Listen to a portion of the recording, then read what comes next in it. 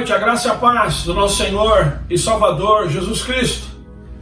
Eu espero que todos vocês estejam bem.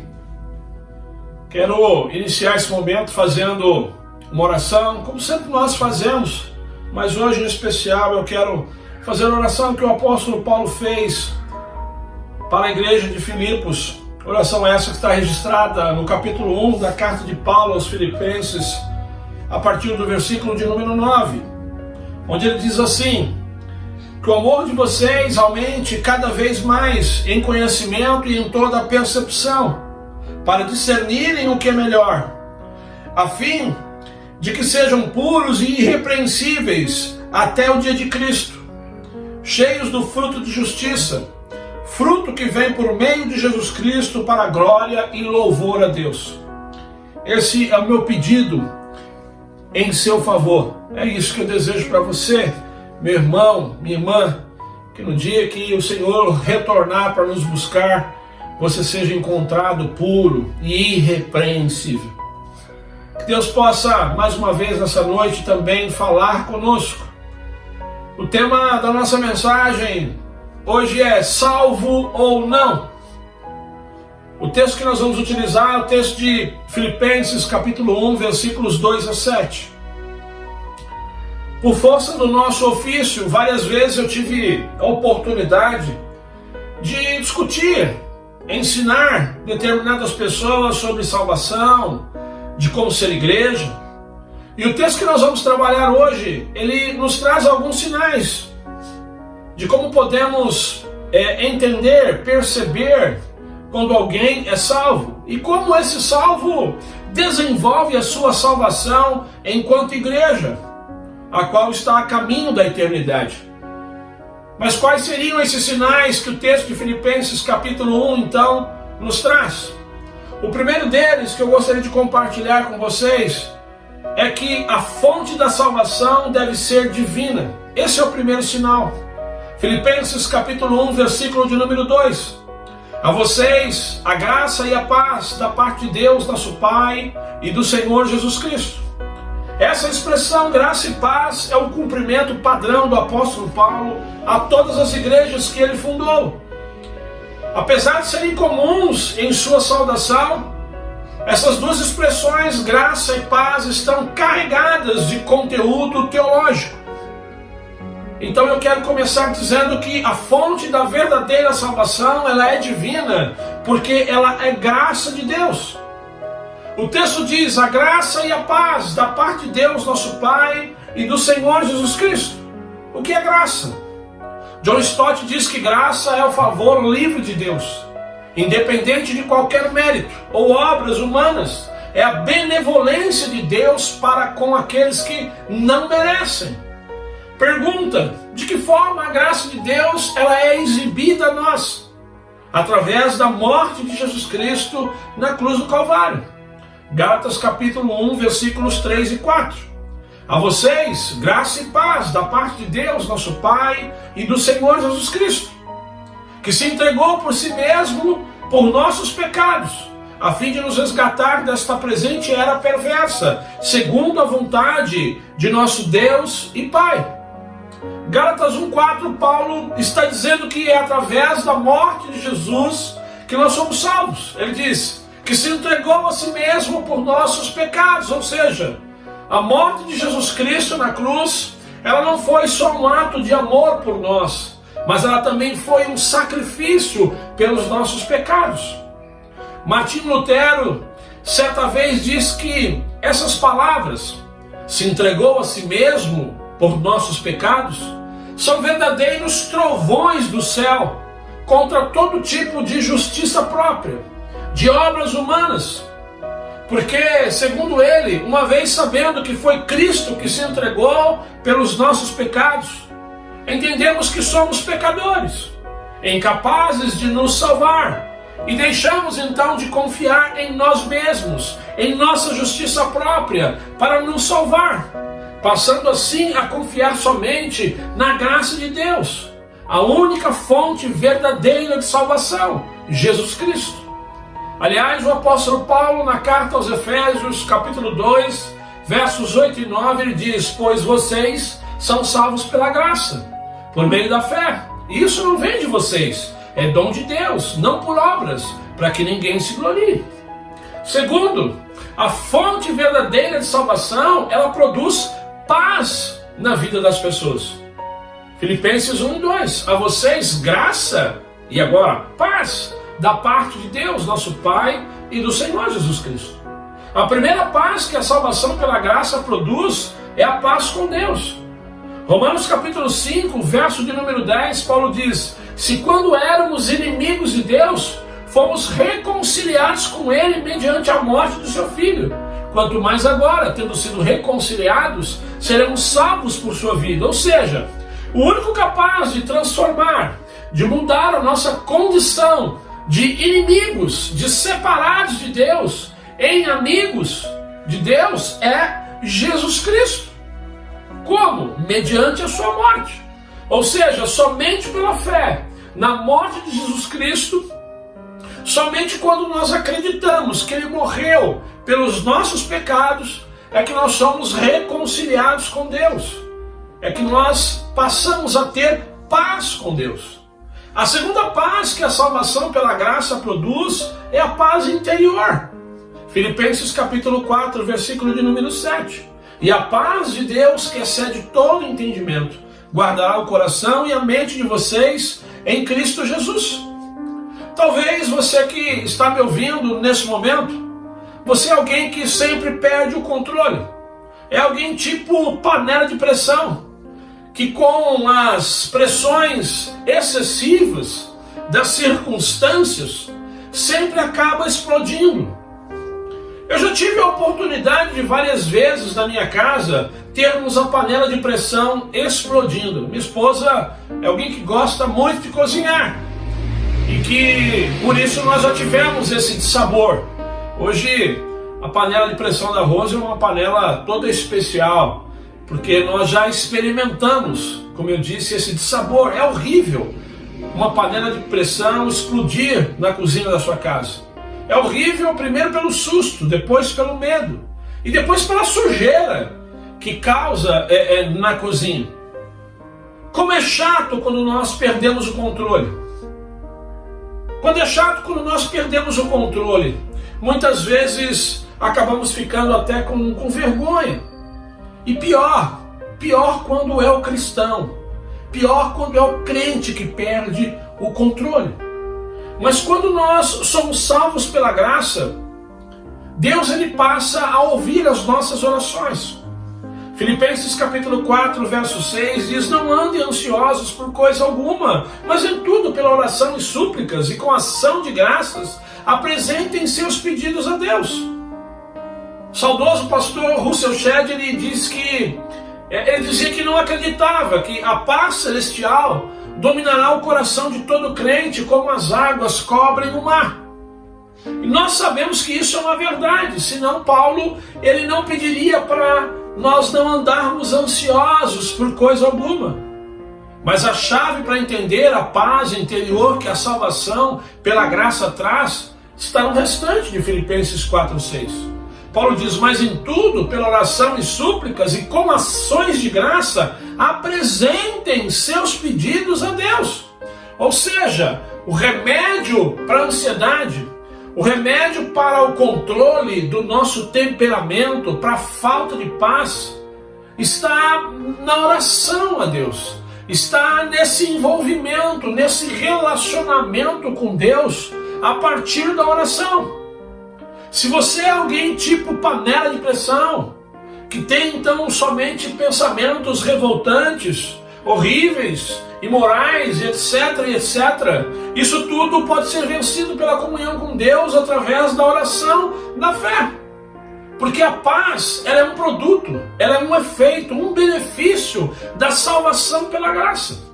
Ainda, Russell Shedd dizia que todos os cristãos, ou melhor, se todos os cristãos desfrutassem de paz interior, as pessoas que não conhecem a Deus, grande parte delas não iria a um psiquiatra para vencer a sua ansiedade, mas viriam à igreja. Meus irmãos, nós precisamos entender que a paz que excede todo entendimento não é algo automático. mas é resultado sim da nossa comunhão com Deus através da oração. Talvez, meu irmão, minha irmã, você não tenha desfrutado de paz no seu coração. Talvez você não tenha tido fé para crer que tudo que tem acontecido na sua vida, de alguma forma, vai contribuir para o seu bem, como diz Romanos 8:28, porque você não tem orado, porque você não tem falado com Deus acerca das suas dificuldades, das suas tribulações, do seu temperamento. Você já parou para pensar que o fato de você não lançar sobre o Senhor, através da oração, toda a sua ansiedade, isso tem feito você, muitas vezes, ser um crente tipo panela de pressão? 1 Pedro capítulo 5, verso 7, Pedro diz, olha, lancem sobre ele toda a sua ansiedade, porque ele tem cuidado de você. Lancem sobre o Senhor todos os seus descontentamentos. Lance sobre o Senhor todo o seu desânimo, desespero, todo o seu sofrimento, mas creia no Senhor. Não importa o que esteja acontecendo, creia que isso de alguma forma vai contribuir para o seu bem. Creia que Deus está no comando, no controle de toda essa situação. Confie, porque o Senhor, Ele sabe sim o que está fazendo com a sua vida. O segundo sinal que comprova a salvação é a atividade de Deus em nós. Filipenses capítulo 1, versículo de número 6. Estou convencido de que aquele que começou a boa obra em vocês vai completá-la até o dia de Cristo Jesus. Esse é o segundo sinal de quem é salvo, a atividade de Deus na vida de uma pessoa. Deixa eu explicar. Eu trabalhei 28 anos na Polícia Militar do Estado de São Paulo e ali eu tinha sonhos. Sonhos, por exemplo, de trabalhar em determinados batalhões, mas após a minha conversão, após o meu encontro com Jesus, eu comecei a perceber, através de determinadas circunstâncias, que a vontade de Deus para mim era outra, ou seja, Deus queria que eu fosse um pastor. Então aqueles sonhos que eu tinha de trabalhar em determinados locais na Polícia Militar foram dando lugar ao sonho de fazer uma faculdade de teologia, de assumir o pastoreio de uma igreja. É aquilo que Filipenses 2,13 diz: Deus é quem efetua em vocês tanto querer quanto realizar, de acordo com a boa vontade dele. É claro que, em primeira mão, você é o responsável pelas suas escolhas. Mas quando nós somos salvos por Jesus Cristo, Ele produz boas obras e o fruto do Espírito na vida do cristão. Ou seja, eu só me tornei pastor por conta da atividade de Deus na minha vida. Atividade essa operada pelo Espírito Santo de Deus, que passa a habitar na vida de todas as pessoas que se entregam pela fé para Jesus Cristo. A expressão tanto o querer quanto o realizar, de Filipenses 2,13, aponta para essa atividade de Deus na vida de uma pessoa que é salva, estimulando então o cristão a deixar o egoísmo de lado, a não mais focar apenas nos seus sonhos, como era o meu caso, mas passar a focar também nos propósitos de Deus para essa pessoa, nos planos de Deus para essa pessoa, na atividade de Deus para a sua vida. Por isso que o ser humano sem Cristo, ele é egoísta e ele vive agindo apenas conforme os seus próprios interesses, porque não existe atividade de Deus na vida dele. Agora, é muito comum também vermos cristãos se fazendo de surdos com relação à atividade de Deus em suas vidas. É muito comum cristãos se fazerem de surdos, por exemplo, quando o pastor os exorta a fazerem discípulos, a caminharem num pequeno grupo, a devolverem os seus dízimos e ofertas. Filipenses capítulo 2, versículos 14 e 15, Paulo diz: façam tudo sem queixas nem discussões, para que venham a tornar-se puros e irrepreensíveis, filhos de Deus inculpáveis, no meio de uma geração corrompida e depravada, na qual vocês brilham como estrelas do universo. Infelizmente é muito comum na igreja nós vemos crentes que só murmuram, que só reclamam acerca da vontade de Deus, dos planos de Deus para o seu reino. É muito comum nós vermos crentes discutindo, questionando, fazendo críticas, principalmente de modo negativo, acerca daquilo que Deus tem realizado por intermédio da igreja. Meu irmão, eu estou dizendo isso para que você entenda que Deus, Ele não nos pede perfeição completa. Deus, Ele não está pedindo a sua perfeição completa.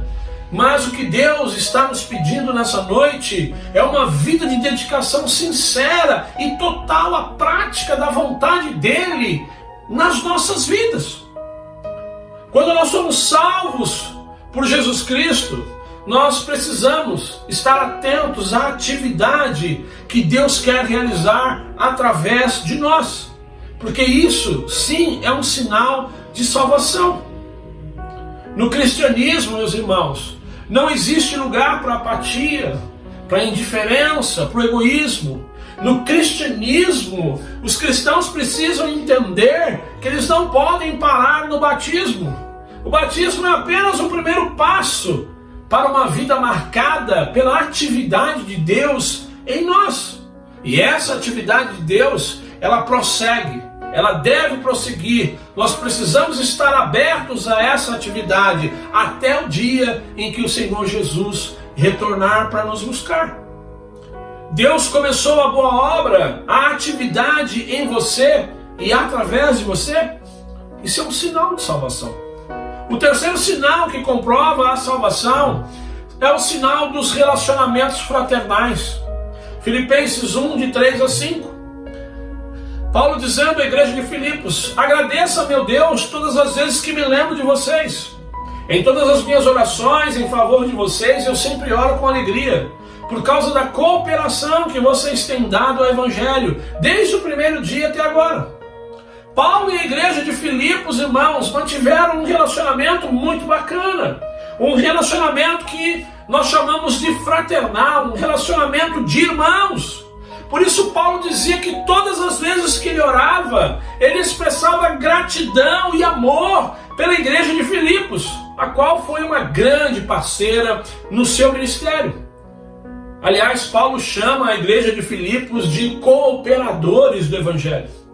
No versículo de número 4 do capítulo 1, ele diz: em todas as minhas orações em favor de vocês, eu sempre oro com alegria. Era dessa forma que Paulo então demonstrava que mantinha um relacionamento fraternal com aquela igreja. Inclusive, como eu já disse, expressando gratidão pelos irmãos. Isso também é um sinal de salvação, no caso, na vida deles, na vida da igreja de Filipos. Talvez você possa estar aí pensando: manter um relacionamento com irmãos que somente me apoiam, como era o caso da igreja de Filipos, que apoiava Paulo, isso é muito fácil. Mas eu quero dizer para você que não haviam só coisas boas na igreja de Filipos. Haviam também, como é normal, né? Haviam problemas também na igreja de Filipos. Por exemplo, havia um problema que ameaçava a unidade da igreja. Filipenses capítulo 4, versículo 2 diz que existiam duas irmãs lá. Uma chamava Evódia e outra Síntique. Diz que essas mulheres lutaram ao lado de Paulo pela expansão do Evangelho, mas num determinado momento elas entraram num conflito. E Paulo então escreveu a carta para que alguém pudesse resolver aquele conflito. Porque após o conflito elas se colocaram em lados opostos. Elas criaram facções dentro da igreja, prejudicando assim a união da igreja de Filipos. Perceba, mas nem por isso Paulo deixou de querer se relacionar fraternalmente com aquela igreja. Sabe por que eu estou dizendo isso para você? Porque eu sei que não é fácil. Não é fácil mesmo, você tem razão. Não é fácil nós mantermos relacionamentos fraternais com alguns irmãos ou com determinadas pessoas. Muitas vezes manter relacionamento com determinadas pessoas é algo penoso, é algo trabalhoso, é algo que traz decepção, tristezas, frustrações e etc. Aliás, desde o o início, na Bíblia, nós vemos como não é fácil o relacionamento entre as pessoas. Caim matou Abel. Por conta disso, muitos cristãos acabam abrindo mão de se relacionar com o outro. Acabam rebaixando da sua lista de prioridade se relacionar com o outro. Então, cada vez mais, esses cristãos vão se perguntando: quem é que precisa de relacionamentos? Por isso é que muitos não querem, por exemplo, caminhar junto com um pequeno grupo, caminhar junto com uma célula, porque ele argumenta consigo mesmo: se eu me aproximar de alguém, eu sinto que eu vou ter problemas. Então, dessa forma, muitos vão reduzindo as suas vidas ao interior das suas casas, a sua família, a alguma atividade que gosta de fazer. Tudo isso é por conta de saber que não é fácil se relacionar com pessoas. Assim, então, a vida dessas pessoas vão se resumindo, como a gente já disse, a só cumprir tarefas. Por exemplo, ela entra na igreja no domingo, presta o seu culto a Deus, até contribui com um determinado dom, talento, mas ao final do culto vai embora. E a seguir passa a semana sem manter relacionamento com ninguém. A essas pessoas, o Senhor Jesus disse lá no Evangelho de João, no capítulo 13, versículos 34 e 35, um novo mandamento lhes dou: amem-se uns aos outros como eu vos amei. Vocês devem amar-se uns aos outros. Com isso, presta atenção, todos saberão que vocês são meus discípulos, se vocês se amarem uns aos outros. Queridos, as pessoas estão em busca de ajuda. Hoje, muito mais. Nesse momento de pandemia, muito mais. As pessoas estão em busca de ajuda, de apoio, de relacionamentos verdadeiros. E se nós que somos a igreja não dermos isso às pessoas, se nós que somos igreja não desenvolvermos relacionamentos fraternais, que tipo de ambiente as pessoas vão encontrar quando estiverem junto conosco, no templo ou nas casas? Porque alguém já disse que onde não tem amor, tem indiferença, tem egoísmo, tem inveja, tem amargura e toda sorte de coisas ruins. Então, você que tem preferido viver longe de relacionamentos, você que tem preferido andar sozinho, você que tem o costume de entrar e sair da igreja e não ter relacionamento com ninguém, pensa nisso. Porque relacionamento fraternal, cuidar de pessoas, não é imposição do pastor, mas é sinal de salvação. O quarto sinal que comprova a salvação é a participação na propagação do Evangelho. Filipenses capítulo 1, verso 5. Por causa da cooperação que vocês têm dado ao Evangelho desde o primeiro dia até agora. Se existe uma igreja que abençoou a vida e o ministério do apóstolo Paulo, foi a igreja de Filipos. Essa igreja deu totais condições para que Paulo pudesse fazer aquilo para o qual ele foi chamado, a obra missionária, pregar o Evangelho. E essa igreja fez isso desde o início. Atos capítulo 16, 12 a 40, traz esses detalhes. Atos capítulo 16 narra como foi o início dessa igreja, como essa igreja começou a nascer. A primeira convertida dessa igreja foi uma mulher chamada Lídia, que logo após a sua conversão e batismo, o que ela fez? Ela hospedou o apóstolo Paulo na casa dela. Isso demonstra participação na propagação do Evangelho. Alguém apoiando, dando guarida para um missionário, para que ele possa descansar e no outro dia continuar com a sua missão. O segundo a se converter foi um carcereiro.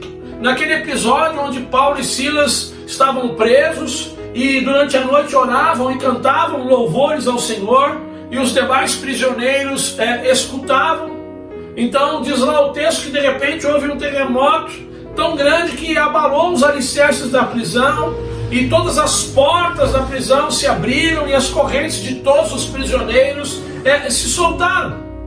Diz aí no texto que quando o carcereiro viu aquela situação, Ele tentou se matar, porque naquela época, se alguém fugisse, a vida do carcereiro era exigida no lugar do fugitivo. Ou seja, se alguém fugisse, o carcereiro teria que ser morto. E ele fica então muito desesperado. E o apóstolo Paulo então o acalma, dizendo que ninguém havia fugido. A seguir o texto conta que Paulo anunciou o evangelho ao carcereiro e à família dele, e todos se converteram. Atos capítulo 16, 33, 34, diz que o carcereiro, após a sua conversão, o batismo que ele fez, ele cuidou das feridas do apóstolo Paulo, e a seguir ele levou Paulo e Silas para sua casa, onde serviu-lhes uma refeição. De novo, uma outra demonstração de participação na propagação do evangelho. Cuidar das feridas de um missionário, cuidar da sua saúde, alimentá-lo e assim, dar condição para que ele continue na sua missão de propagação do evangelho. Mas aqui em Filipenses, capítulo 1, versículo de número 5, Paulo ele está se referindo principalmente ao auxílio financeiro que a igreja lhe enviou pelas mãos de um irmão chamado Epafrodito.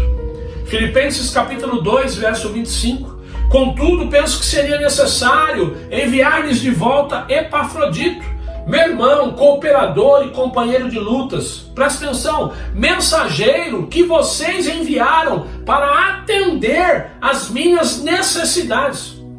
Essa participação financeira da igreja de Filipos em favor do apóstolo Paulo era um sinal de salvação desses irmãos.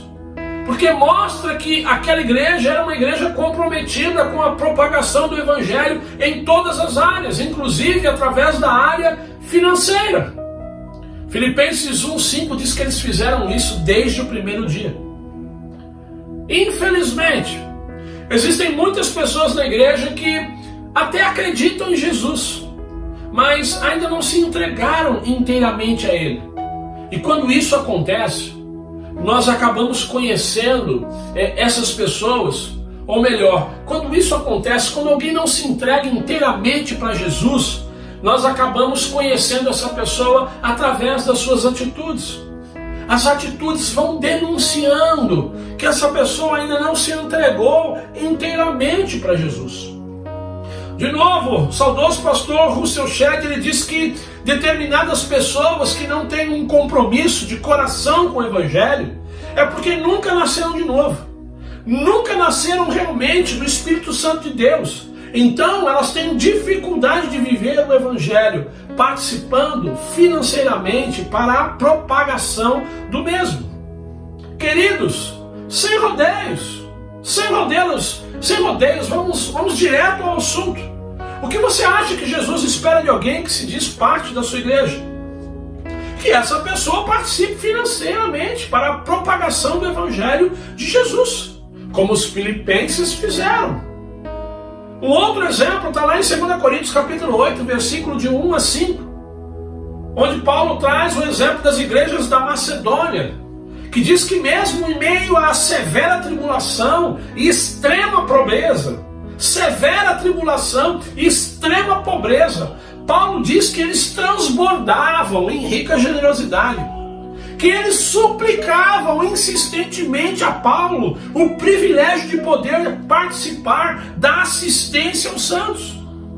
Queridos, quando nós não nascemos de novo, ouvir falar sobre a propagação do evangelho através de participação financeira é algo que nos faz mal, é algo que nos faz ficar de cara feia, é algo que nos dá vontade de levantar do banco da igreja e ir embora.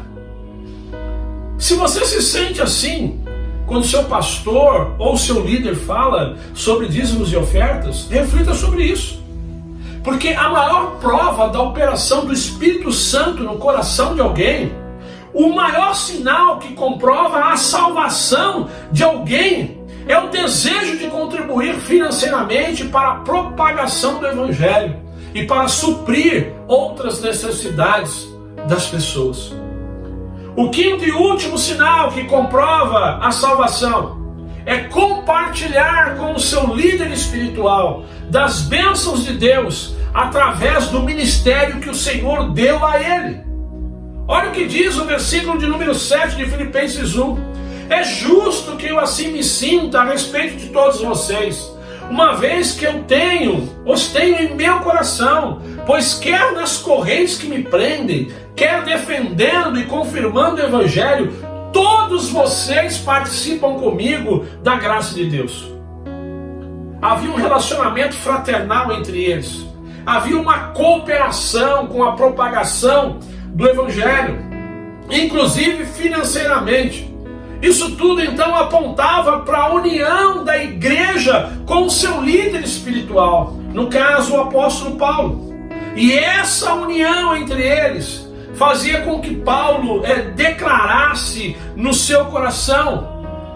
Essa união entre eles trazia alegria ao coração do seu líder, pois como ele mesmo testemunhou, quer nas correntes que me prendem, quer defendendo e confirmando o Evangelho, todos vocês participam comigo da graça de Deus. Ou seja, apesar dos problemas, Filipos era uma igreja que compartilhava com Paulo das bênçãos de Deus no ministério que o Senhor havia dado a ele. Pois eles mantinham um relacionamento fraternal com o líder.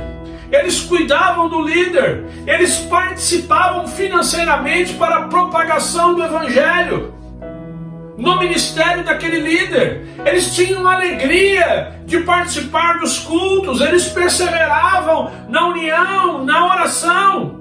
E o resultado de tudo isso é que trazia alegria, brotava a alegria do coração do apóstolo Paulo. Meus irmãos, eu sei que existem líderes que não merecem a confiança e muito menos o apoio do povo, porque estão no erro e muitas vezes não querem se consertar, mas não é sobre isso que Deus está falando aqui conosco. O que Deus está falando para nós aqui é que existem sim muitos líderes, muitos pastores, homens e mulheres de Deus que têm o coração na obra, que de fato querem glorificar ao Senhor com suas vidas. Mas infelizmente, muitas vezes esses líderes acabam encontrando dificuldades, porque determinadas pessoas que estão na igreja ainda não entenderam que fazer parte de uma igreja é compartilhar com o seu líder espiritual das bênçãos de Deus no ministério que o Senhor deu a ele. Ou seja, muitos ainda não entenderam que ser igreja é se juntar ao seu líder espiritual para juntos glorificarem o nome do Senhor. Muitos ainda não entenderam que a igreja ela não deve ser pastor-cêntrica. Ou seja, um lugar onde só o pastor deve servir. Um lugar onde só o pastor deve se preocupar com a propagação do Evangelho, com as coisas do reino. Não! A igreja não deve ser pastor-cêntrica. Na igreja todos devem servir com seus dons, tempo, dinheiro, para que o Evangelho continue avançando.